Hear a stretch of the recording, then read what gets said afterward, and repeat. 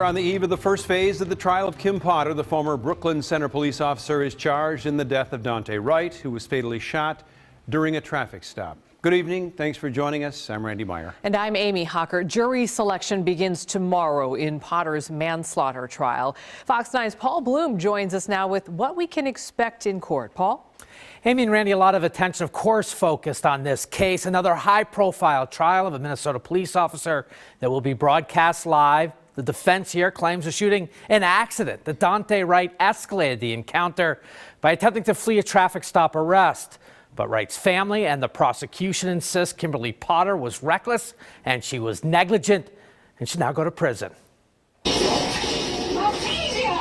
Once again, as a Minnesota police officer stands trial for an on-duty death, it is the video evidence that will likely make or break the case. For Kimberly Potter, the question is, innocent mistake or manslaughter? It's not as blatant as the Chauvin case where he knelt on the guy's neck for such a long time and he showed such indifference. She immediately showed shock that she made a mistake. So I think this will come into play. Mitchell Hamlin Law School Emeritus Professor Joseph Daly tells me, based on what he knows on the eve of trial, he doesn't believe Potter should be charged criminally.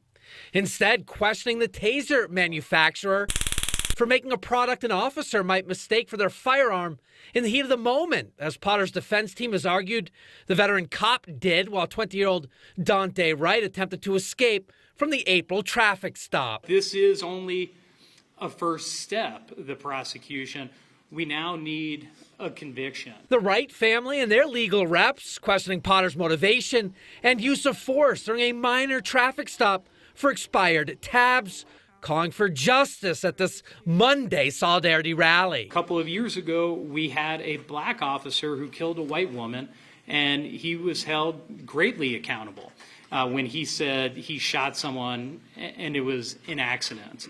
Now we're going to be faced with very similar circumstances, and the question is, are we prepared to hold a white officer accountable for killing a young black man? Of course, a reference there to the conviction of Muhammad Noor. Now, as for jury selection tomorrow, prospective jurors have filled out lengthy questionnaires asking, among other things, how many times they've watched the video of Kim Potter's body camera. The court trying to keep this case moving here. Opening statement scheduled for December 8th. The goal, a verdict before Christmas. Paul Bloom, Fox 9.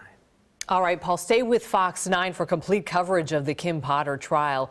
We'll be streaming live starting at 9 o'clock tomorrow morning for jury selection, and then we'll stay with it until that verdict is reached. Again, you can watch it on fox9.com and our YouTube page.